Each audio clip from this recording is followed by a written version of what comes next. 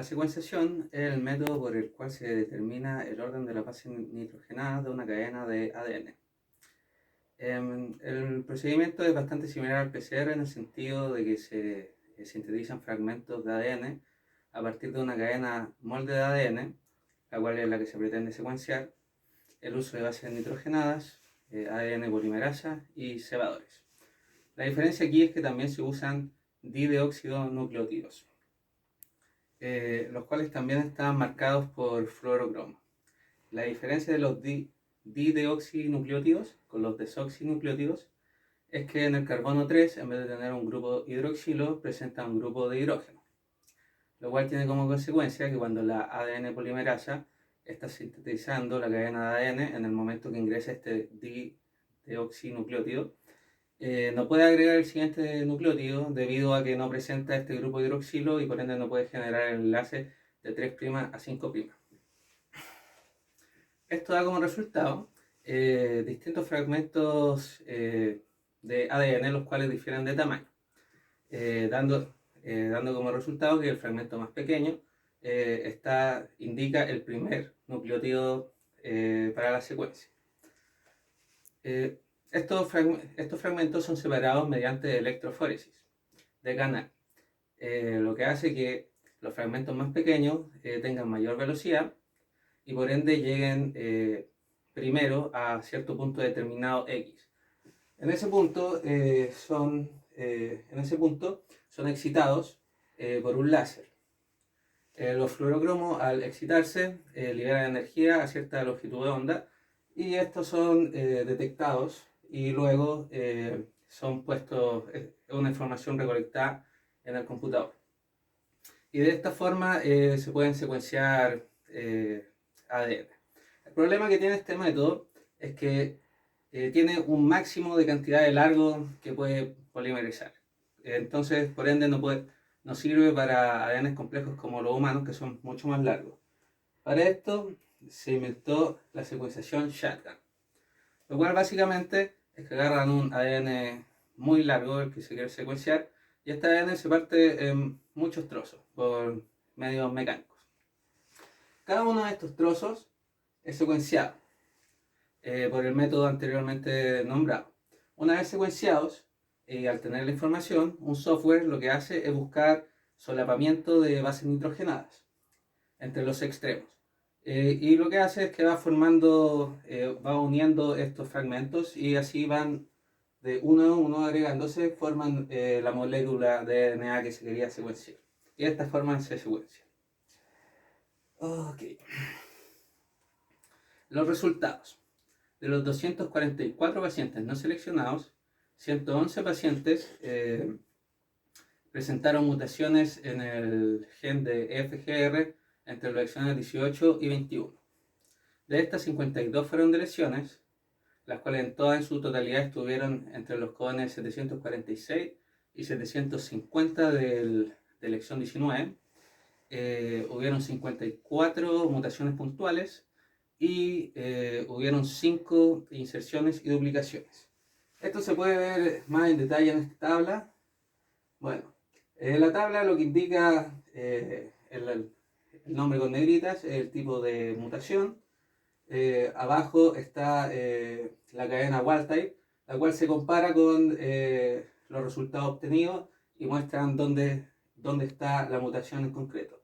Las líneas son para las deleciones y las letras con línea abajo son las mutaciones puntuales y indican el cambio. Bien. Una vez obtenidos estos resultados, lo siguiente que se hicieron fue buscar una relación con factores clínicos y patológicos que sean relevantes, como son el género, la edad, el estado de exposición al humo, la presencia o no de adenocarcinomas, su etapa, etc.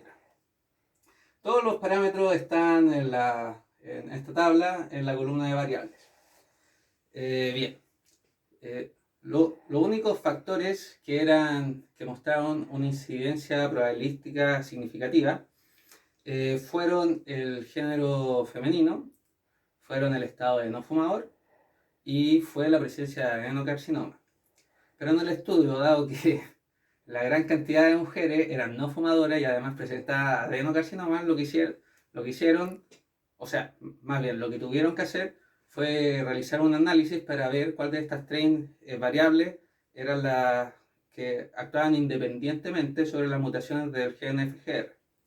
El análisis que se utilizó fue el análisis de regresión logística, el cual determinó que el estado de no fumador, como la presencia de adenocarcinoma, eran significativos e independientes. Y el género mujer no lo fue así.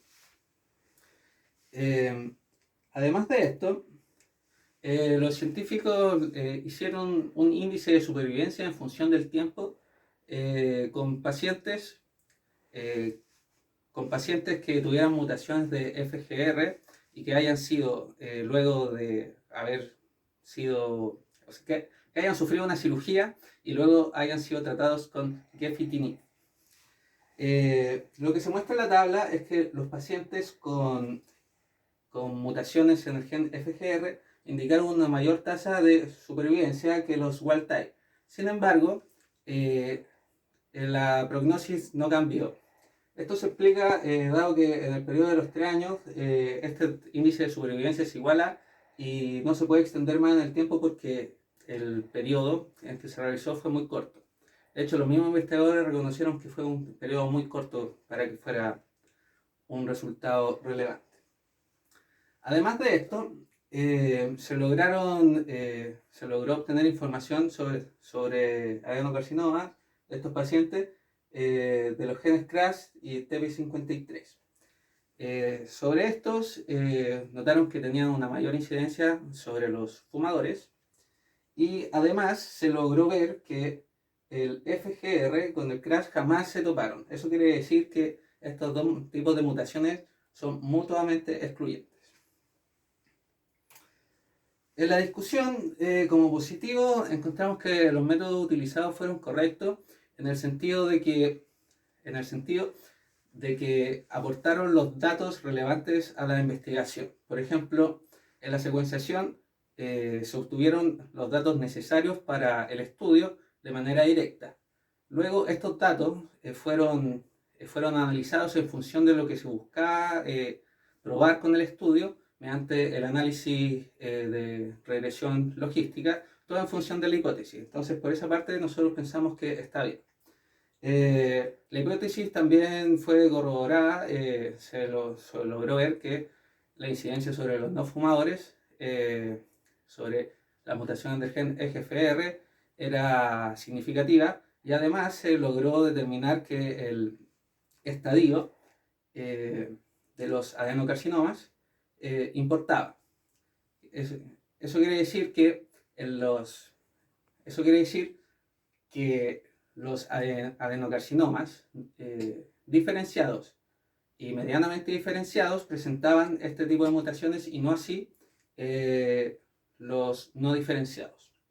Como aspecto negativo, algunos de los parámetros que se trataron de estudiar no pudieron ser del todo bien estudiados debido a el modelo de estudio. Por ejemplo, el parámetro de la edad, por ejemplo, en nuestra opinión está mal ejecutado, dado que solamente habían 4 pacientes en todo el estudio que eran menores de 50 años. Y por otra parte, el índice de supervivencia, el tiempo en el cual se realizó es demasiado corto para entregar cierta cantidad de datos. Entonces, si los mismos científicos pensaron que el tiempo no era suficiente, no encontramos motivo para que ese dato estuviera en el paper. Y esta es la bibliografía.